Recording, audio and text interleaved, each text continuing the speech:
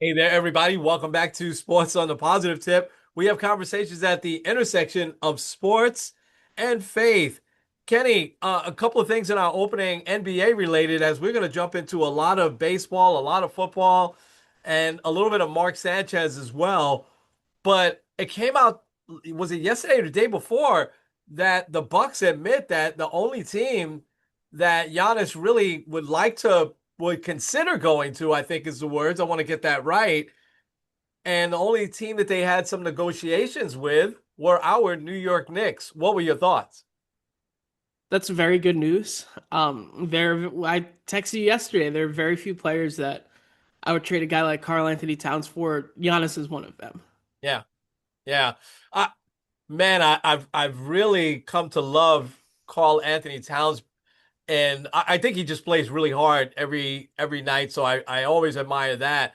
But he is such a unique player and just a horrible matchup for so many teams. So, but I mean, when we're talking about one of the all-time greats here, still in his prime, it'd be hard to say no. I think the trade you saw was him and Mitchell Robinson, right? Would fit in there. Yeah, I did the trade machine, Right. and that was the one that works. Yeah. Yeah. Yeah. In the NBA, you have to worry about that, right? Um, how did you Yeah, feel about LeBron James announcement yesterday? it was probably one of the most tackiest ads I've seen. It did remind me of someone else though, and no shade to him, but Juan Soto kind of did something similar last year. I don't know if you remember that. No, I don't remember that. Refresh it. I'll probably remember it after you say it. Because he was said my decision is coming, and then like got up to a microphone and was like, "Yeah, I've decided to endorse Celsius." Oh, And okay. I do remember that yeah, now. Yeah. Okay. I don't like that. You and I have always taken up for LeBron James. He takes a lot of heat for some reason, but sometimes he's his own worst enemy. And we're on the positive tip, right? So, um, definitely a conversation.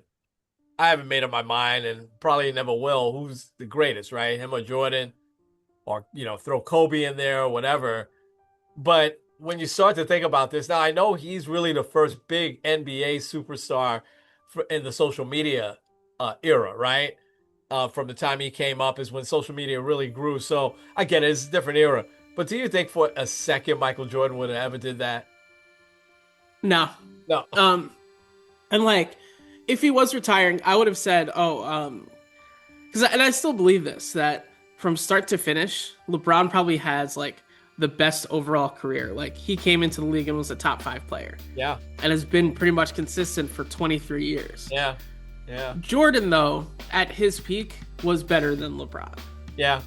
Yeah. I would agree with that, but it's gonna be hard for me to discount anything LeBron James related, just like you said, based on the length of his career. Could he have more championships? Yeah, but I mean, listen, he has won championships with three different teams. So I don't know. That's something for another day. I mean, come on, don't tease us like that. Kobe Bryant would have done that either. So I don't know, just odd. A lot to get into. You are breathing a sigh of relief today after being up late last night. I'm not sure why that game lasted so long last night. It just was slow moving. So like eighth inning, the Yankees are gonna win this. We're gonna get into that. The Dodgers and the Brewers seem like they're on a collision course in the National League. The Mariners take a little control of that series. So much to talk about in the NFL. You ready to get to it? Let's get into it. This episode of Sports on the Positive Tip is brought to you by the Tavern Coffee House. Attention, coffee lovers! Are you craving the perfect cup of coffee to start your day? Well, look no further than the Tavern Coffee House. It's located at 12302 Buckeye Road in Cleveland, Ohio. You can also check them out and order your coffee at thetaverncoffee.com. Hey there, everybody. This is Kenny and Kenny squared. with the Sports on the Positive Tip podcast. So much to get into today as we are well now into the postseason, into the second round. The Yankees survived last night. 6-1. You text me. I purposely didn't text you back because I had a feeling. I was telling your mom, I said, I have a feeling the Yankees are going to come back here. They're not going to go out like this, you know? It's 6-1, and you said, I can't believe this is happening. Um, sum it up for us. How you feeling about last night and how you feeling about the rest of the series? Well, when it was 6-1, it felt like the other games of this series where it's just like this Blue Jays team just gets on them early and just doesn't stop. Um, Rodon didn't have it. Free didn't have it the night before or the game before. Neither did Heel in game one. It's like, oh my gosh, the strength of this team is like not just failing, but like absolutely melting down before our eyes. And like, but then, like you chip away a little bit. And then Aaron Judge comes up. And everyone's talking about how this is his signature postseason moment, which I think it is. Like I don't think he's hit a bigger home run in the postseason than here. Um, but I think this will finally put the narrative to bed that he is not a clutch player Yeah. in the playoffs. Because Yeah. like bottom line is that he is. I'm gonna pull it up here. So you have 11 Um, hits now, 10 hits, something like that in this postseason. yeah, he's hitting 500. Yeah. He's got 11 hits, just one home run, six RBIs. But like he's leading the majors in postseason hits. He's doing what he needs to do. One of the biggest issues in this postseason has not been him, it's been the guys that have been around him.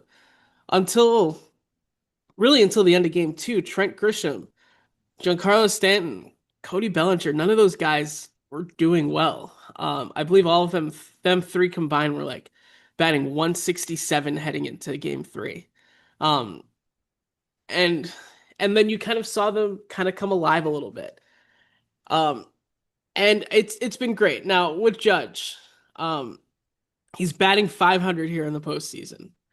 Obviously, had the game tying home run yesterday, but like he's had other big moments, but they have been diminished because of what happened later in the game. For example, game three of the ALCS last year, guy hits a game tying home run off of Emmanuel Clase, who gave up Yep. what 5 runs all year, All year. Yeah. Yeah. and then but it gets overshadowed because then Stanton goes back to back with him, takes the lead, and then of course the Yankees go on to lose the game. So no one really remembers it. Also, game five of the World Series is more known for their fifth inning meltdown, but they were up 5-0, Yep. partially because Aaron Judge hit a home run in the first inning. Yep. Yeah. And and so I'm glad that now that narrative is kind of put to rest and we can kind of move on from that. Um, Obviously the momentum has shifted to the Yankees. I think the biggest overlooking aspect of this game has been the bullpen. 6 1/3 innings of shutout ball, which is something they were not getting at all. Yeah. Um, Yeah. like Devin They Williams were pitched great. great, Yeah. The David bullpen was great. Bednar, Yeah. all those guys. So going into today, the Blue Jays have announced that their starter is the guy that gave up the home run to Aaron Judge, which is a unique aspect. They have a Um, bullpen game today, right? Oh, do they have a bullpen game today? yeah, Okay. they're doing a bullpen game today, Okay. which after Shane Bieber only gave them like 8 outs or something like that. So Yeah. that kind of shifts the advantage to the Yankees. Yeah. The only concern that I have is that I can see them pulling a fast one, whether it's Kevin Gossman out of the bullpen as a bulk guy, or or something else weird like that. So we'll see. Yeah. Um, but obviously, like you wanted to get to this point where you can shift the momentum back to you.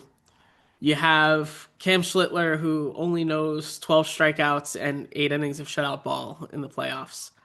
Um, Obviously, if he does that again, that would be incredible. But Yeah. even if he can keep them in the game and can get them once again to these high leverage guys, I think they can be in good shape. Yeah. Because game five, anything can happen. I would be stunned if Max Fried does as poorly as he did in game I would two. be So too. Yeah. Yeah. I would be too. Um, do you think the postseason experience here came into play yesterday? Now, Aaron Judge, I think his home run is, and it should overshadow what Guerrero is doing here. I mean, he's just been oh my gosh. unbelievable. Yep. I'm not even sure that why they're still pitching to him, you know? I'm like, my goodness. Um, but those two errors by our guy Kiner Falefa was one, and then the third baseman whose name is escaping me because they've got a lot of no-name guys as a part. They seem like they purged some of the big name guys that they had, and they've got a lot of no-name guys who are doing really, really well. But that error by the third baseman when he dropped that fly ball to open up the door is some of the the playoff experience here with the Yankees starting to show. And I'll get to that more with the Dodgers because I think that definitely is showing in that series. Um, what did you think about that? About how it seemed like the Jays with those errors, and listen, errors can happen, but those just seem to be so mistimed for them. Yeah, I think that's a little bit of it because like especially since this iteration of the Blue Jays, like this is their first like postseason trip in a minute.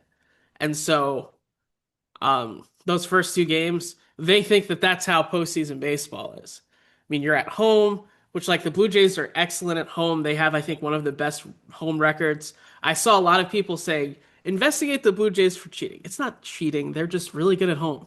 They have Yeah, a good home crowd. yeah, Um, but they thought that that's how it goes. But then when you get punched back in the mouth, then you kind of don't know how to respond. And that's why I think the Yankees, like if this was a team like, say, the Dodgers, if this was the Astros, if this was a team that's been there before, I hmm wouldn't feel as confident heading into game four as I do. yeah, But I think, yeah, like the inexperience, the we don't know how to handle this type of momentum swing can yeah. really work in the Yankees' It was favor. stunning. It really was, and it didn't. I mean, it's all by the fourth inning is 6-6. You know, I mean, it was very very happened pretty quick, for the Yankees. But I felt it. I said that probably in the second or third inning to your mom. I purposely didn't text you back. I was like, oh, he's hurting right now. Let's leave him alone. But I said, I had a feeling that the Yankees were going to come back, and they did. Let me ask you one more thing, and we can move to the other series. Um, Aaron Boone using both of his challenges early like that, I thought hurt him in that play at second base. Was it Wells or Rice? It was clearly safe at second, but he couldn't challenge it. But he challenged the hit by a batter, and he challenged um the Grisham catcher's interference, which both to me he should have won both those challenges. But I mean, what did you think of that? It seemed like the cat. I understand the hit by pitch because it was really hard to overturn it. Um, it kind of made me sound like a crazy, but also like you can usually tell, especially when someone gets hit there, like they have like the out. Like it didn't seem like he did that, Right. and I that's where I'm kind of like I understand why he challenged the catcher's interference one. I don't understand at all. Yeah. Um, because like in order to challenge that second time that early, you have to be like 95% certain. Yeah. And it seemed like everyone was on the same page. Like the Blue Jays seemed like, okay, yeah, whatever, we messed up. And but then they're just like the call stands. And the only thing I can think of is maybe because the ball was already in the glove, like maybe it was kind of like how pass interference where if the ball is not catchable, you can't really call it. Yeah. Maybe it's kind of like that, but It was a check swing too, I think. I mean, he didn't get called for a swing. You know what I yeah. mean? And the ball is already in his glove. I don't know. I mean, but still, my understanding always has been, and I didn't stay up late enough to watch an explanation. I'm sure there'll be one. There was one that maybe we can read about today, but I thought that um, if the catcher's mitt even touches the bat, that's it. No matter what Yeah. circumstances, right? But maybe that's the only thing I can think of is two things already in his glove, and it was a check swing. So I guess it was no harm, no foul, is what they saw in the replay booth. I mean, he wasn't going to hit it anyway because it was already in the glove, and he didn't fully swing. So that's maybe why they upheld it. Um, it just seemed I'm with you though. I wouldn't have used that second challenge in that spot just yet. It's still early in the game, and now and as it turned out, right, they still won the game, so that play at second base didn't really hurt them. But he was safe at second base. I mean, when they showed the replay, I was like, wow. Um, Last thing I promise, we're on a positive tip, right? So we don't typically criticize broadcasters, and we typically like Joe Davis. We've been a little critical of John Schmaltz. I think he's so knowledgeable. John Schmaltz, I mean, you blink now, and this will be his 10th World Series that he did. It seemed like just yesterday it was Joe Buck and Tim McCarver for so long, but they had been so critical of the Yankees. It seemed like to me, and were really very Blue Jay heavy. But that seemed like it changed as soon as Judge hit that home run. What were your thoughts? Yeah, I can't stand the bias. Like, part of me also like I saw a clip of Michael Kay in the post game broadcast, and he just seems so sad. And like I feel bad for him because like he calls like 145 so games a year, Right. and yet he doesn't call the postseason. Yeah. Dave Sims, I don't know if you heard his call on Judge's home run. That was a No, fun one. no, I've got to go out and catch that. Um, I was coming back from Bible study, so I listened to the first inning or two on the radio. And Sims and Susan Waldman are a really good listen. yeah, and like there was a point in game two, which like I don't usually do this because like I don't know, people complain too much about broadcasting. Right. Um, but I was very close. Actually, no, I actually did do it, and I'm glad I did. Um, I switched to because on the MLB app you can still watch it, but then hear the radio broadcast. You did that, yeah. So I did that. I did that right before Vladdy's Grand Slam. Oh wow. Okay. So I'm glad that I did that Yeah, because yeah, it would have yeah, bothered me too much. But yeah. yeah, I don't know. It's like it kind of just seems like they are a little too like I can't stand John Smoltz as a broadcaster. Um, I don't feel that way. I like John Schmaltz. He he's just talks a little bit too much. well, like I don't even mind the talking too much. It's just like anytime he can throw a jab at the Yankees, he will. And that's because like and I understand because he's bitter because they lost twice to them and in the World Series and all, but like come on, man. Yeah, Like show at least a little bit of objectivity. yeah. And even Joe Davis, because like Joe Davis he's the regular Dodgers broadcaster, right? Oh, that's the thing. Yes, he is. And I thought that he was very played it very down the middle in the World Series last year. Yeah, so that surprised me with Joe Davis because I thought he's been like the perfect replacement for Joe Buck. Joe Buck is sometimes a little bit larger than life, and I don't think that's his fault because he's just been doing it for so long. But man, oh man, I was really surprised that he was kind of getting on the bandwagon with Schmaltz. Yeah. Well, a couple other things too. This is not as much broadcast related, but they kind of mentioned on the broadcast. Well, I know they definitely mentioned one. First, that this also goes with the Aaron Judge is not clutch narrative that needs to be destroyed. That was his sixth home run when facing elimination, which is tied for the most in Major League history with that annoying dude David Ortiz. He's also annoying on the like. Come on, you They did beat have the fun. Come Yankees. You on. don't have to be so bitter. I know, but they have a lot of fun there. I don't have too much.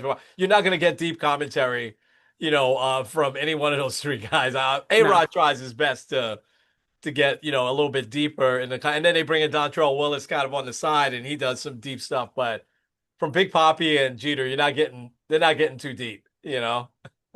Yeah. Well, last thing too, just to kind of show how amazing that home run is. Since Statcast started in 2008, that was the fastest pitch, the furthest off the plate that someone's hit for a home run. Wow, wow. I mean, he turned on it, and normally when you turn on it like that, it's foul, but it stayed, hit the foul pole, and it was fair. I was looking at my phone to see because we had texted a few things that they had said, and then we'll move on to the other series real quick.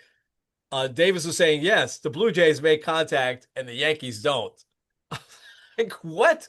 And then he said, yeah, they chewed up Freed and spit him out.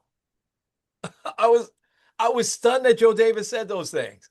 I mean, they chewed up one of the best pitchers, top five pitchers this year in all of baseball. 19 wins. Come on, man. They chewed him up and spit him out. I mean, I was surprised. I was really surprised.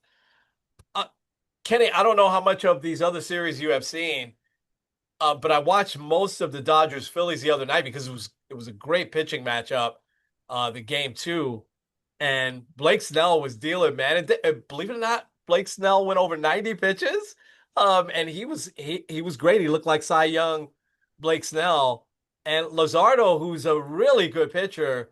I just have in mind his meltdown against the Mets on the game that I actually went to this year, and he's the one who got thrown out, even though he was taken out of the game because he's barking at the umpire. But he was outstanding, and he's been great all year.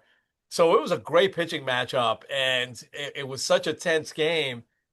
But I saw again now the Phillies have been in the playoffs, I think, 4 straight years now, so they've got experience. But it's like the Dodgers' experience just comes through. I don't know if you saw that Miguel Rojas play at third base where he runs and he dives to the bag to beat Trey Turner, and he got a little bit shaken up there. I mean, that was an amazing play.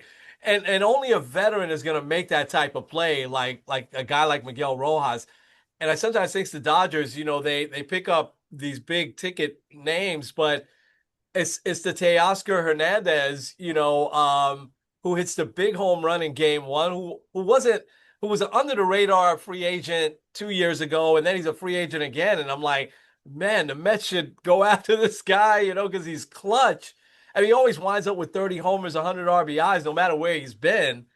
And sure enough, man, he gets these big hits in the postseason. The bright lights don't bother him at all. And then that last play when Tommy Edman, throws the ball into the ground and Freddie Freeman comes up with it. Not many first basemen would have got that. But then the play, Will Smith doesn't start because he's been hurt, but he brings him in at the right time. He gets a big hit, and then he makes that unbelievable. I don't know what the Phillies were thinking, by the way, bunting in that situation with Castellanos running, and he gets thrown out relatively easy at third base. But again, in the postseason, if you don't have that experience, you're thinking, hey, I'm just going to get the sure out. Will Smith all the way was like, no, I'm throwing this to third. And, there's Max Muncy now had come into the game. And so there's something there with the Dodgers and the experience I'm seeing. And Dave Roberts, the matchups that he has with the pitching, we used to kill him of all of the pitching changes he would make. And I had to compliment him in the Mets series because I thought he just pushed the right buttons, and he did it in the Yankee series, much to both of our, detriment. What do you think? I think the Phillies and the Cubs are done. I don't see them, coming back here. I mean, that series headed to LA. The Cubs may get a game here in Wrigley Field, possibly, but the Brewers and Dodgers seem like they're on a collision course. What do you think? Yeah, it's hard to go against the defending champs there when they haven't had their because like people are like, oh, I think they might win 120 games this year. They didn't do that. Oh, But like, how is it that their bullpen was awful all yeah, year, and yeah. then all of a sudden, like Dave Roberts is like punching in these like Roki Sasaki comes in relief and is just like nails In Glasgow, and yeah, yeah, Glass now and like yeah, Blake Snell, I didn't know he could actually pitch over 90 pitches, yeah. and yet he's doing amazing. Like it kind of seems like once again they're just like clicking and they're firing on all cylinders. Shohei Ohtani hasn't been that great. With all of the talk and all of the anger and vitriol about how unclutch Aaron Judge is. Let me pull up Shohei Ohtani's numbers. Yeah. Um, because he hasn't done a ton. Like I know he hit a leadoff home run in one of these games, Right. but he still hasn't been like he hasn't been Ohtani. He's batting 222. Yeah. Yeah. Uh, and Yeah. obviously he's also been like pitching really well. Yeah. Um, but yeah, it does kind of seem like they're on collision course. but also does it kind of feel like it's a hardcore David and Goliath matchup? Don't get me wrong. I feel like everyone in America, except for bandwagon Dodgers fans, are going to be rooting for the Brewers to make the World Series. Yeah. But it feels like it's just going to be like a Dodgers domination. Yeah, I'm with you. I think though the Brewers also have something special going. I mean, the Cubs, a big 3-run homer in the first inning, and what did the Brewers do in the bottom of the first? They hit a 3-run homer to tie it, and it was on from there. They hit another 3-run homer later. Eh, I don't know. I know why you would feel that way, and the Dodgers, just two more quick points on them, and I want to get to Mariners Tigers, then we'll jump into Mark Sanchez. But um, they Tanner Scott is the guy they spent all the money on to come in and be their closer, and he was awful in the regular season. Great pitcher, but I don't know what happened to him. And so, like you said, they plug in Sasaki. But here's the other guy that's been in the middle of every single rally, and that is one Kike Hernandez. And I just don't. When this guy, you never hear anything about him during the regular season. And here in the postseason, this guy, and he plays anywhere. He's playing in the outfield, and the Dodgers are so smart. They're finding a lineup spot for him. And every single rally, he's right in the middle of. I mean, it is amazing that the Dodgers come up with these players, and it's not the big stars, that are the ones. I mean, Freddie Freeman made that great play, and he's as big a star as they come. But man, oh man, the Dodgers, um, jumping back to the American League, I don't have a feel for this Mariner Tiger series. It's just been so choppy, you know. I mean, the Mariners, that's a big win in Detroit, yesterday. It got delayed, by rain. So I think it was on MLB Network because it said you could find it on FS2. I'm like, I don't have FS2, but they had it on MLB to their credit. Do you have any feel for this series? Do you think now the Mariners are gonna go ahead and move to the LCS? Honestly, I don't know either. Yeah, It's been really hard to watch this series because of like it's been on either super late or super early. yeah, yeah, yeah, Um, I think this is gonna sound very cop out-ish, but um, I'm assuming I just want to confirm. No, it doesn't say. I would assume that if this goes to a game five, then you're gonna have Scooble, and if that's the case, then yeah, good luck, Seattle. But yeah, it does kind of seem like they've had a lot of clutch hits. Um, the guy that probably would win MVP in any other year, Cal Raleigh's also had a good series. So, yes, yeah, um, yeah, and I like Seattle's pitching overall a little yeah. bit more than Kirby was Detroit's. really good. Yeah, yeah. Castillo not so much, which I was surprised at. But George Kirby was really good. Yeah, Gilbert also had a pretty good Yep. outing. Yeah, yeah, Former Yankee Caleb Ferguson, not so much, but that's yeah, why he's a former Yankee. yeah. Um, but honestly, it is interesting to me because really, like, if we're looking at take the Yankees out of it, like, hopefully the Yankees can move all the way to the World Series. If either of these two teams make it, it's going to be a fun story regardless. Oh yeah, yeah. No doubt, no doubt. It was J.P. Crawford that got the big home run last night, and I happened to turn it at the right time. Um, all right, lots more to talk about in baseball next week. We hope the Yankees hold on, and we'll see what happens when they go back to take the series back to Toronto, and we'll see how Toronto responds to what was just a great game last night. We got to talk about this Mark Sanchez before we get into the rankings in the NFL here. What a crazy story, Ken. I texted you this on I mean, it first comes out that Mark Sanchez gets stabbed and he's in critical condition, or he has critical injuries, I think is what it said. And at first I'm thinking it's like a Ricky Pearsall thing, right? That maybe he's, in a robbery or something like that. But as the story unfolds, it gets so bizarre. And I'll let you take it from here in a second. The only thing I want to add right now is we've got to know Mark Sanchez pretty good here in New York with the Jets. I mean, his first couple of years were great. We got to the championship game. It's the last time we've been in the playoffs. Jets. We'll get to the Jets in a little while, but it didn't end well with Sanchez here. But he was always polite to the media, always very low key, kind of a chill, laid back dude. Never seemed to panic on the field.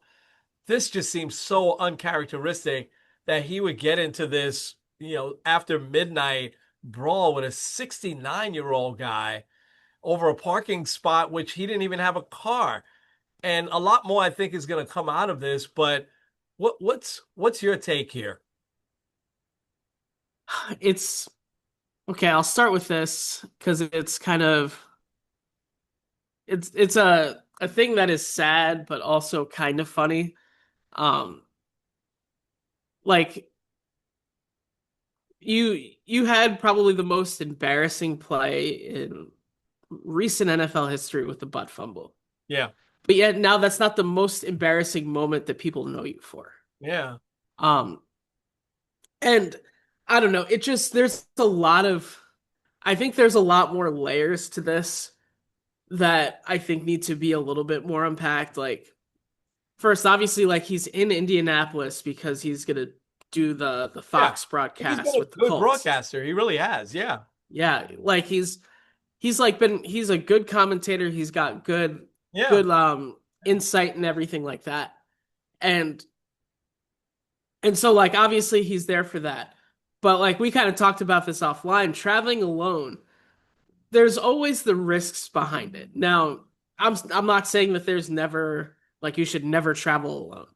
But I think like being aware of what's happening and like first of all being drunk and at the wheel at any moment is always a very risky situation. yeah, Um but then like to the point where you're that aggressive because like he's obviously not like a huge built guy because he's been retired for several years, but he's still a former NFL quarterback. right. Yeah, Like, and you're going against a 69-year-old guy. he's 38 years old. He's still pretty young, and like you said, Yeah. he's 69. And like, so at first, like when I first saw, oh, like Mark Sanchez, like he's like people are saying like prayers up for him. I hope he makes it. To oh, he's getting arrested is a Yeah, huge change. And I think what makes it more sad is like you hear this guy is older, I should say, 69.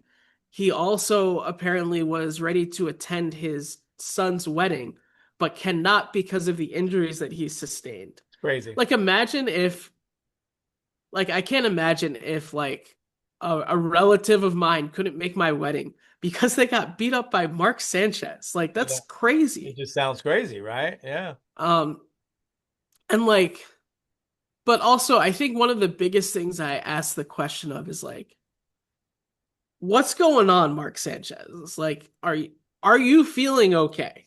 Like how is your mental health? Because people don't just like randomly get so blackout drunk that they're instigating fights with people. Um, I really would love to kind of hear a little bit more of what's going on because there could be a much darker side to why he was where he was at that point. yeah, yeah. You make some great points. The only thing to do is to pray for both of those families, because it's a terrible situation. Do you think he's back at Fox anytime soon, or you think he's done at Fox? Um, if Fox is smart, they would not bring him back anytime soon. Yeah, Because the other thing too, he is there. They're looking for felonious assault charges, yeah, which could result in him being in prison for 1 to 6 years. yeah, So yeah, there's a yeah, chance that that decision will be made for them. But even if that, like, I would assume that you're probably not going to see like charges and trial and such until like yeah. late this year, early next year. So, To not remember, I mean, that's the only thing we've heard from somebody in his family say he doesn't even remember anything, you know. And you were a kid, but you remember I traveled a lot. Um, we used to be told, listen, you get pulled over in a company vehicle, you're renting it with a company car, you get pulled over and you had too much to drink. There's no questions about it. You're gonna be let go the same day. And oh, by the way, you're going to find your own way home. We're not going to pay for your flight home or anything, you know? I mean, we were told in no unequivocal terms. And I have to say, by the grace of God, right? But also by the grace of, I went back to my hotel room after dinner, especially if I was in a city that I was very unfamiliar with and I'm by myself. Um, by the grace of God, nothing even close ever happened to me on the road. And there was some years where I literally would travel almost every week, at least a couple of times a month. And so Sanchez knows better. He's been traveling his whole life as a player and now as a broadcaster. Again, I'm not, judging if someone's going out to have a drink or whatever, they're in Indianapolis, but it's pretty late at night now, and you've clearly had way too much. Um, that's poor judgment. So, hopefully hopefully he's fully restored back to health. Hopefully the gentleman is fully restored back to health, and then this gets resolved sooner rather than later. You hate to see one thing ruin a guy's career, but oh my goodness, it's hard for me to imagine Fox bringing him back. You mentioned Tom Brenneman, how he's made a comeback. I hear him sometimes as I'm flipping through channels on Saturday, announcing the games on the WB, I think it is. It's Channel 11 in New York. um, he's back to sounding like Tom Brenneman, and but that was like what 5 years ago, 4 or 5 years ago, did that happen? So his career, 2020. yeah, in 2020. So it took a while to come back, but um, we'll see what happens. All right, let's get to the NFL. I'm going to share my screen, and there's so much to talk about. First being Amari DiMercato. Did you see that play with the Cardinals? And that seems like it happens once or twice a year, right? That um, let's go ahead and share this up. Uh, seems like that happens once or twice a year that a player is celebrating before they actually score a touchdown. In that case, that could really turn the Cardinals season around because the Titans would have been down 27-6, I think it was. Instead, it's 21-6. If you assume the extra point, it would have been 28-6. And the Titans come back and win the game. Some wild things again in the NFL this week. That was one of them. Why don't you take it away? I think this week I'd like to pepper you with a few questions in each category. So why don't you go ahead and take it away? Yeah, you had mentioned that happened in the Cardinals game. You know, that also happened with the Colts and the Rams, I did not where know it's the that. same thing. Yeah. Oh my gosh. Which player did that? Someone from the Raiders or the Rams? I'm sorry. So that was It last. was someone from the Colts. Someone from the They were about to cross, and of course they didn't. And that was kind of one of the bigger differences in the game. Otherwise, we've talked about the 5-0 Colts. Oh So, my gosh. I did um, not know that. Wow. Okay. all right, bottom tier here. Don't ask me about my team. Um, these six teams, it's been rough. The Panthers, I don't know. You're starting to look at, do you need to make a switch at quarterback? Um, I don't know if Bryce Young's the guy, and it makes it harder because you look at who they could have drafted. Um, and then you got the Raiders. The Raiders also have been very disappointing. Geno Smith and Pete Carroll is not a good combination in Vegas. The Dolphins beat the Jets. The Jets are the only winless team left in the NFL. Yeah. You can't be impressed by that. The Browns, I did this before knowing that they made a little bit of a trade, trading Joe Flacco to the Bengals. Very odd trade because usually you don't trade in division, especially a quarterback.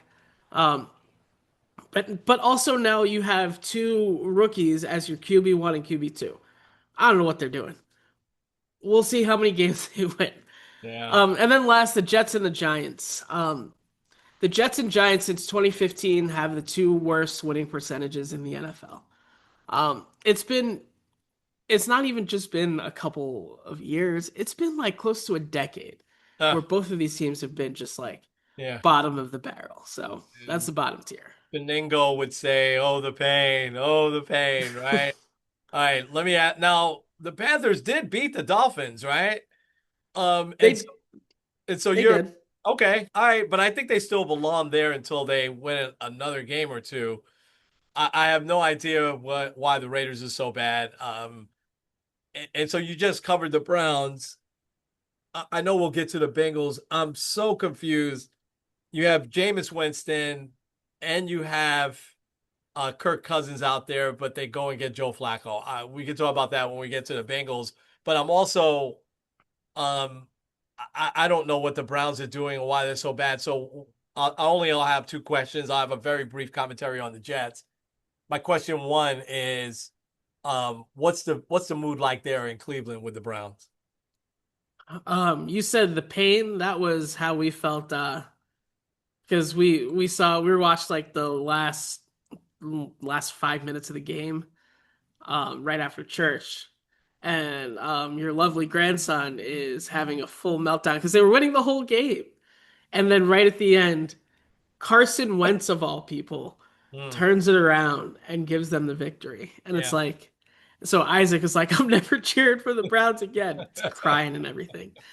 Um, Yeah. it's just like, I don't know. I think the biggest thing is just confusion Yeah. because it doesn't feel like they know where they're going. I don't know if Gabriel's the answer. I also don't know if Shadur's the answer. I Yeah. would assume both of them probably aren't. And what kills me is the thought that they'll play Gabriel for maybe about a month. They'll play Shadur Sanders for about a month. And then like the last couple months or the last few games of the year, that Deshaun Watson fellow might reemerge and Oh. stink it up again. So Okay, you summed that up good. My quick commentary on the Jets because I think the Giants are going to be okay. I think it's going to be losses with the Giants, but they're going in the right direction. I know. I mean, listen, you can't go five straight series where you have a turnover and bad turnovers, right? But Scatterboo, he's going to be fine. I mean, it looks like they found a pretty good back with him. I know he had the big fumble and he's apologizing. It happens, but I think Jackson Dart is the real deal. I think you're going to see some good things from him. The Jets, on the other hand, I'm not prepared after 5 games to kill the coach yet. Um, and I'm a little biased because he's an ex-Jet and he was a great Jet, Aaron Glenn, and he comes from a winning pedigree in Detroit.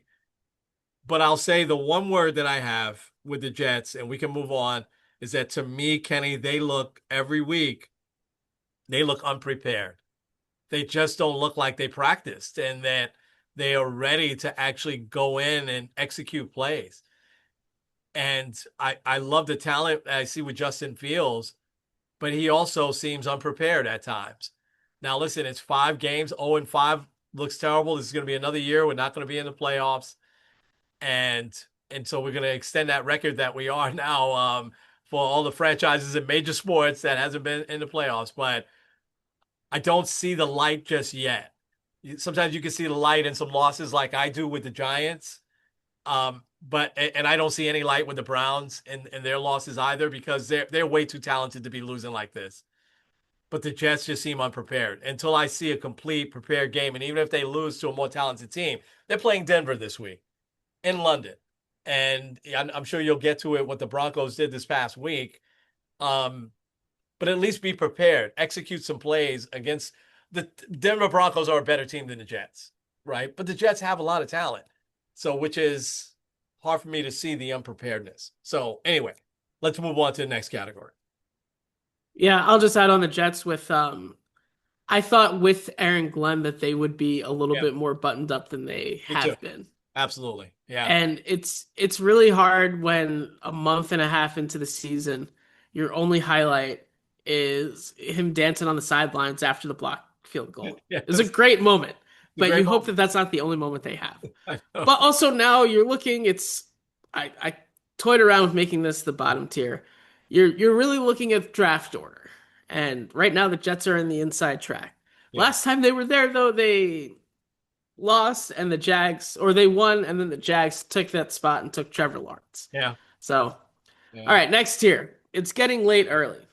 Oh, Now, some of these teams did win, and I get that and I understand. But also for some, you got to get a few more. Like you can't feel amazing about your win. You got to pile up two or three. So the Ravens did not win. oh. They got demolished, which fun fact, that's the first time that Houston has ever won in Baltimore. Um, Wow. Wow. so They were 0-11 going into going into this game last week. So, I mean, it's getting late early. A lot of that is your quarterback's not healthy, and I don't know. The Ravens just kind of seem weird. I feel like you would rely more on Derrick Henry, and it feels like they don't trust him. Maybe that's the fumbles early on in the season. I don't know, but it's getting late early for them. They're 1-4. Teams Mm, that are 1-4 usually don't make the playoffs. no. Um, the Bengals have lost three in a row. Obviously, Jake Browning wasn't working. They're going with Joe Flacco. They might see a little bit of a vulnerability in the division, maybe because the AFC is just kind of weird. Hmm. Um, like I'll just read off the top seven right now. You got the Colts, Bills, Steelers, Chargers, Jags, Broncos, Patriots. Out of all those teams, the Bills seem really good. The Chargers have lost two straight. There's no one you feel like, and then obviously you have the Colts, who have been arguably the best team in the AFC. By record, they are. And maybe the Bengals are like, hey, if we can kind of get back on track a little bit, maybe Joe Flacco can kind of stack a couple wins for us. But it is getting late early for them. The Vikings also. And the Vikings, it's more because of their division more than anything else, because their division's really good. Hmm. Um, they are in third place at 3-2. And you got the Lions ahead of them, and you got the Packers ahead of them. So it might get late early. The Texans also. The Texans had probably their most impressive win of the year, but there's been a lot of teams that have looked really good against the Ravens and not so good against other teams. So they got to stack a few wins. The Hmm. Cardinals obviously had a huge meltdown. We just talked about that. So that's why they're kind of there. The Saints, I only have them there because they beat the Giants. I think that they deserve to be up a tier at least for a week. And the same with the Titans.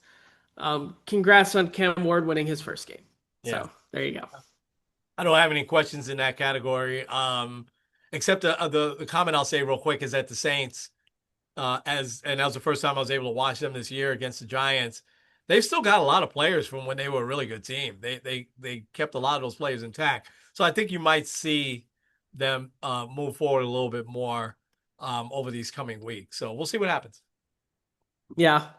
Well, the next tier, meaningful Decembers.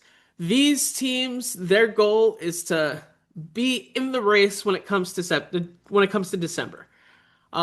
Not all of these teams will probably make the playoffs, but their hope and right now their goal because of their record is we want to be competitive and we want to try to make it interesting in December. The first one there is the Kansas City Chiefs, who looked like they were back. And this is an example of a team that beat the Ravens and it still doesn't look like they're fully back. Mm, Um, we thought they were back winning against the Giants and the Ravens, but now all of a sudden you lose to the Jags in a way that you probably shouldn't have lost to the Jags. yeah, Um, insane touchdown by Trevor Lawrence, but also how'd you get to that point in the game? yeah. So the Chiefs, I'm not gonna say the Chiefs are in danger because would you really be surprised if they popped off nine straight? No, not at No. all. The Patriots though, they have I think definitely their biggest win, arguably since Tom Brady was their quarterback on on the big stage against Josh Allen and the Bills. Um, I think they could sneak into that playoff picture. They are technically in it right now. It's early to be talking playoff picture, but Yeah. um, I think that that's kind of where they stand. These teams also, the following teams, I don't think any of them played this week, actually. You got the Bears, the Falcons, Cowboys, Commanders. All of those teams, I think their goal is to say, we want to play important games in December. Um, like I'm looking especially at the Bears and the Cowboys, where the Bears are supposed to be taking that next step because you have Ben Johnson, you have Caleb Williams in your second year. And also the Cowboys, like you want to show that you won the breakup and that you didn't need Micah Parsons. So Yeah. Yeah. meaningful December. Yeah. My quick comment is that the Commanders, I thought played their best game of the year by beating the Chargers, and I got to watch some of that. They played extremely well. Yeah, they really did. That was the one team that I Yeah. missed that did play this week. So Yeah. um and I think the Commanders, so long as they stay healthy, I think they'll be fine. Mhm. Um Next, sights on January. These teams, it's not just a matter of playing meaningful games in December. Like, I think any of these teams at this point would say not making the playoffs is a disappointment. Mm. Um, the Chargers, back-to-back losses to NFC East teams. There's also that thing of teams that are in on the West Coast coming to the East Coast. That's always been kind of a struggle for teams. So we'll kind of give that caveat. We'll see how they start playing over the next few weeks here. The 49ers, Mac Jones, I didn't realize that he was actually good. They just keep winning. Um, Yeah. yeah, and I know there was the comment that I had them above the Jags. I was more impressed with how the Yeah. 49ers have played despite injuries, but Yeah. Yeah. obviously I flip-flopped it this week because the Jags had a more impressive win. Yeah. The Broncos are right up there. I don't know how they're doing what they're doing, but Uh, they keep winning games. I mean, the refs were working a little bit against Philly, not on purpose, but a couple of bad calls late in that game. But Philly was their own worst enemy as well. But give the Broncos a lot of credit, right? Yeah. Yeah, the first pass interference to me wasn't one, Oh, but then the one that they didn't call seemed like it should have oh, been called. it should have been, yes, Because it exactly. was like basically the same play. So if you Yeah. call it the first time, call it the second time. Yeah. The Steelers, I don't know why the Steelers are good. Like I know Aaron Rodgers is like a Hall of Fame quarterback, but I Yeah. still don't understand why they're good. He's playing well. Um, Yeah. but also you look at the rest of that division and you're like, okay, you got the Browns who don't know what quarterbacks are. They've started 41 quarterbacks since 1999. Um, the Bengals quarterback is hurt and the Ravens quarterback is hurt. So the Steelers once again will probably win the division and at least win 9 games. So yay, Mike Tomlin. Yeah. Um, you got Seattle. Seattle's been really good this year. I don't really have much to say on them. Also, same with the Rams. Like both of those teams, it's just like really that whole division, which okay, like they're all good teams, and I don't understand how. Yeah. It's weird. Green Bay didn't play, but I mean, I think they still have their sights on January. But the one though I really want to highlight is the last one. That's the Tampa Bay Oh man, Buccaneers. amazing. Um, are we gonna start getting some more momentum about Baker Mayfield being a dark horse MVP? Yeah. I mean, he has like all of their wins have come in the come from behind fashion. And I was talking with Trevor and Nate here, and it's like, man, every time he has a comeback win, it just hurts more and more that the Browns traded him for nothing because OBJ's dad was mad at Baker Mayfield Mm. and they wanted someone that was more mature. So they went with someone that had 24 sexual assault cases against him and also sided with OBJ on it. But then they trade away OBJ like the next year. Like Yeah. it's just an absolute like self-implosion of the Browns. And Yeah. I mean, they haven't figured out quarterback anywhere remotely close since then. But Baker came in after Tom Brady and after he like following the greatest quarterback ever. And he really has just taken that team and it's like these are my guys and we're just gonna keep going. It's been really cool to see how he's emerged as a quarterback. And I think he's showing that there's because before Baker, there hasn't really been that high drafted quarterback that has made it work in another spot. And he's shown that that can be an example, Yeah. especially I think in today's NFL where especially high drafted quarterbacks do not last very long. Yeah. Like I had said, Bryce Young, he might be gone by the end of the year. After 2 years, Yeah. um, how many times have the Browns switched quarterbacks? The Giants, the Jets, like all of these teams, they switch so often. And but then usually like you kind of, oh yeah, I forgot that Sam Darnold is the backup of the Dolphins or wherever the heck he is. Yeah. But like Baker Mayfield has shown that you can actually be that example of I'm a high drafted quarterback. I didn't make it in the spot I was drafted in, but I can make it somewhere else. So shout Yeah. out to him. Mayfield's been amazing, and I think that story is going to continue to build. And I'll just say this real quick. Remember, I always said why guys like Jalen Brunson and Steph Curry, it's a different sport, right? But I'll make the comparison, are so popular because so many people can relate to them because there's more people that look like Steph Curry and Jalen Brunson than there's more people that look like LeBron James. Mayfield is not a very big dude. He's just this ordinary looking dude, sort of.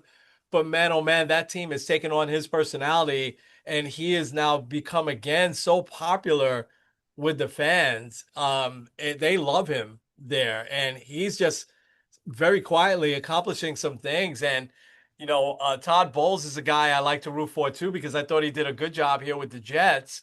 Not saying he didn't deserve to go when he went, but that's a team that's going to be hard to root against, Tampa Bay. So I think that's going to continue to build as the season goes.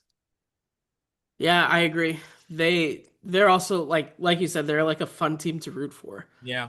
And if you're looking at a fun NFC, like imagine if Baker Mayfield makes a Super Bowl. Well, Like that's not you said that 4 years ago, you'd be like, oh well, that's yeah. crazy. But that's not that crazy, No, especially they're a like good team. Yeah. yeah, Good I team. don't know. It'll be interesting. They're Yeah. not in the top five. Here are the top five this week though. Um, I know the Bills lost, but I still have them up there. Mhm. Um, I mean, it's every year. I think they still, I don't know if they still do it or not, but the 1972 Dolphins apparently like pop champagne every time the last undefeated team Yes. loses. Yeah. Um, so like, I mean, it happens every year. Like, you're gonna lose a bad game. You're Yeah. gonna have a weird matchup that doesn't make sense. So we'll see how they respond. The other team, I have them up here, but I don't know how much they actually deserve to be up here, and that's the Eagles. Like I know they lost and they kind of fell apart. But also like you start looking and you're like, how sustainable was their 4-0 start anyway? I don't know. It'll Yeah. be very interesting to kind of see how they respond more than the Bills. So I Yeah. think the Bills will be fine. Yeah. But like, I don't know, Jalen Hurts hasn't really done a ton this Yeah. year. Yeah. Um He just I wins, but yeah. yeah, like they figure it out. Yeah. But I think they have like the two worst passing halves of the year or Yeah. something like that. True. Like, I don't know, they got to figure it out. The Colts continue to win. I think not having the Colts in the top five would be a mistake. Yeah. I know it seems weird because it's like, wait, Daniel Jones? And they lost their kicker probably for the year. We were watching some of that game. Yeah. Not a they the Raiders completely like demolished him. Feel bad Yeah. for him, but Yeah. Colts have been really good. The Lions are still up there, and then you got the Jags. I think the Jags are starting to show that they're for real, and you look at the rest of that division, and it's like you got the Colts and the Jags. So one of those teams will have to go on the road in the playoffs, and whoever that is, it stinks for them. Man, oh man. I think you nailed it on everything. The two quick things on the Jazz, on the Jags, is I don't know if you saw one of the catches that Travis Hunter made. Oh my gosh. If you haven't, just type in Travis Hunter catch against the Chiefs. You'll see why he was chosen where he was chosen. Leadership is everything. And I think, the play by Trevor Lawrence there at the end where he falls down and has the presence of mind to not only get up, but then get into the end zone.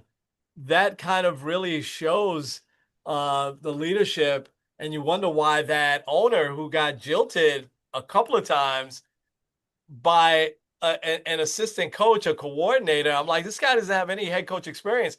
But there were a lot of people who saw something very special in Liam Cohen. And so, he's now that head coach, and that team is fired up. I don't know if you saw the week before, or was it the week before? Maybe it's 2 weeks before, where he gets into it after the game with Robert Saleh. And the team is like, while they're pushing him away, they're like, yes, that's what we want to see from our head coach. So I think he's just changed the culture there very, very quickly. Um, and it's going to be fun to see because the Jags have a lot of talent. But we said they had a lot of talent the last few years. Um, but now it's really going to show if they combine the leadership and if Trevor Lawrence really comes into his own. So that's going to be fun to watch. All right, real quick games this week. And then we'll do some quick inspiration and wrap up. The Eagles at the Giants Thursday night. You're not going to be able to see that, What are you expecting from the Giants? Uh, short week against the Eagles is rough. It's gonna be rough. Okay. Um, All right. Yeah. yeah. I expect the same Denver against the Jets. Who knows, man? Like I said, if the Jets, if I see that, I'm not going to see any of that game because it's 9:30 in the morning. But if the Jets at least come prepared and make some plays, and they still lose, I'm actually going to be okay. We're making some progress. We'll see. The Browns at the Steelers, 1 o'clock game. Um, I don't know what to expect here. Here's the thing. Everyone's gonna go into this game like, oh yeah, the Steelers are gonna like destroy the Browns. And they might. I wouldn't be surprised. Yeah, But yeah, also a lot of times division games, especially in AFC yeah, North, a lot of these division games are tight. yeah, Um, yeah. No love so like lost. I don't know much about like the betting lines. I don't look at those, but I'm Oh, sure yeah. I would choose the Brown side of that would Okay. be Okay. my Okay. suggestion. Not that's not to say that they'll win, but they'd at least cover. Okay. A couple of really interesting matchups at 1 o'clock. Also, in addition to that, Seattle at Jacksonville. Wow, that's another one of those fun one Yeah, o'clock random interconference games. That's a good one. yeah, that's a good one. And then I think this is bad news for the Ravens, and I think that Lamar is still going to be out this week, and then they have a bye, so they're probably smart sitting him out, let him get 2 weeks off. But the Rams at the Ravens. Yeah, it sounds like they're going 1-5. Yeah. Well, the whole West Coast going to the East Coast thing that you mentioned earlier might impact the Rams, but Um, I've just been shocked that the Ravens defense has been so bad, you know. Um, all right, big 4 o'clock matchup, 4:25. The Niners at Tampa. That's a fun one, especially since with how well the Niners have been playing. Yeah, This is like one of those. This will be a defining moment for either Mac Jones. I'm assuming Mac Jones is playing, yeah, oh yeah, or Baker Mayfield. yeah, yeah. Sunday night, Lions at the Chiefs. All I can think of is the start of last year with that matchup, and that was fun. Yeah, Lions with an extra week off. The Chiefs with a short week. It kind of seems like it's a Lions game through and through. yeah, yeah. That's gonna be fun. And then there's the overlapping doubleheader Monday night, but they're both good matchups. Buffalo at Atlanta, and then the Bears at Washington. One is at 7:15, the other at 8:15. Buffalo Atlanta is the early one, and the Bears at Washington starts late. Bears at Washington is going to be an interesting matchup. Yeah, that's a very interesting one. Yeah, yeah, I don't know how to really gauge that one. yeah, The Bills should take care of the Falcons, yeah, though. yeah. I think so. I think so. Bengals should have snatched up Kirk Cousins, man. Yeah, come on. Then we'd be talking Yeah, about, okay, or even Jameis Winston, who, you ready to go to some inspiration? I'm ready. All right, let's do it. Because I've seen a lot of inspiration. I was struggling which one to do this week. Jameis Winston, I saw a lot with him. He loves being here in New York, by the way. He's all over the place. And he has this leadership academy that he did here in New York. He's such an interesting dude. If one of the networks is smart, as soon as he retires, I'm bringing him in, and I'm putting him in some games. And I'm glad they're using Cam Newton like that now a little bit on ESPN, not putting him in games, but at least in the studio.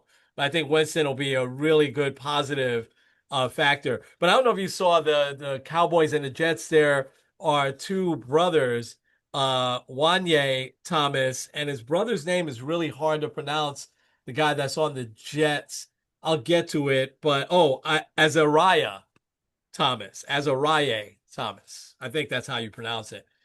But both those guys now, it's hard for one person to get in the NFL, but two guys from one family, it's even harder. But he's a defensive back. He was an undrafted rookie, free agent, and he made the Cowboys, and he's been their starting safety for Dallas the last couple of years.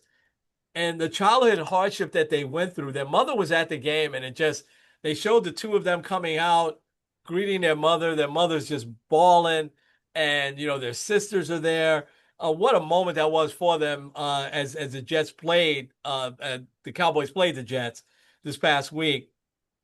At 4 years old, this is Wanye.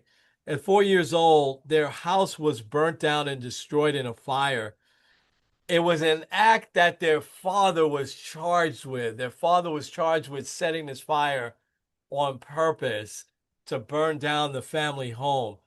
They were homeless following the fire. Thomas and his four siblings were raised by their single mother in various places, including for a long time living in a car at an interstate rest stop. So Thomas, he started playing football at age 5, and he found it to be an important outlet for him despite his difficult upbringing. In high school, he set a national record for pick sixes in consecutive games in his sophomore year. He went on to play at Georgia Tech, where he developed into a well-rounded player, and he was signed by the Cowboys as an undrafted free agent in 2023. He plays safety for the Cowboys, and now his brother is on the Jets. He was drafted by the Jets this past year, and it's a unique situation as they both play in the NFL. The opportunity to play against each other in that regular season game came this past Sunday, and it representing a dream they had shared for years. And what they feel is this, Kenny, is that and their mom said it's just through the grace of God that they've come this far. But Wanye says that they've now broken generational curses, that they've spoken about the opportunity his position in the NFL provides to break a generational curse. Apparently, there's been issues in their family for years and years and for generations. And there's now long-term stability for all of their families. And he's been a hardworking, dynamic player. He's valuable to the Cowboys. And God bless both of them in their journey. What an amazing thing to overcome. And for them to just, for one player to make it to the NFL is special, but for two like that from the same family that has had all these years, I can't imagine the father setting fire to the family home on purpose with the intent, by the way, of killing his family. And so an amazing, amazing story. Wish them both the best of luck as they go on their NFL journey. So Wanye and Azariah Thomas, my inspiration for this week. Wow, that's a wild story, Yeah, and I can't imagine having to overcome all that. yeah, Um, wow, I don't even know what else to say. yeah. So I guess I'll just say mine. Mine is pretty quick here. It's just an interesting perspective. So Aaron Judge, he's gonna be my inspiration this week. Obviously, like you could argue the most important home run that he hit in his life. And someone asked him, like, do you think this is the most important home run you've hit? And he actually said no. Huh. He said that the most important home run that he hit was his first home run because he said, after anything that happens after that, then I can always say that I hit a home run in the major leagues. Which, like, you remember his first home run was literally in his first at bat. Which I think is kind of a cool story. Him and Tyler Austin was the other guy, back to back, and Tyler Austin. Wow. the year after or the day after A-Rod retires. Yeah. So it's just very interesting because I think that's a good perspective. Is sometimes it's like people want to talk about all of like the bigger highlights, but it's like you could tell that even him just saying like, okay, I've hit a home run in the major leagues is something that kind of helps give him that confidence to do what he's done. Yeah. And I think when it comes to anything like that, so often we try to find like the biggest peaks and say like, oh, I'm the best at this or whatever. But like take being a pastor, like I've preached a sermon before and I didn't get killed over it. So I can do it again. So I think it's just important to kind of have that good mentality. Yeah. Yeah, absolutely. Absolutely. I love that. Larger than life, Aaron Judge, man. And he wears it well because he's so humble, so graceful. And he's carrying that team again. And he carried them last night. So we'll see if he can carry them to a couple more wins and they can get at least back to the ALCS. So awesome. Love that. All right, man. Lots to get into next week. hopefully we are talking about the championship series next week with the Yankees being in it. Lots to talk about in the NFL. NBA is creeping up on us. It'll be only a couple of more weeks that we start, so we're going to have to put together our NBA preview. Go Knicks. And so lots to do these next couple of weeks. Kenny, take us home. All right, this is Kenny Squared N. Kenny. Sports on the Positive Tip. We'll see you guys next week.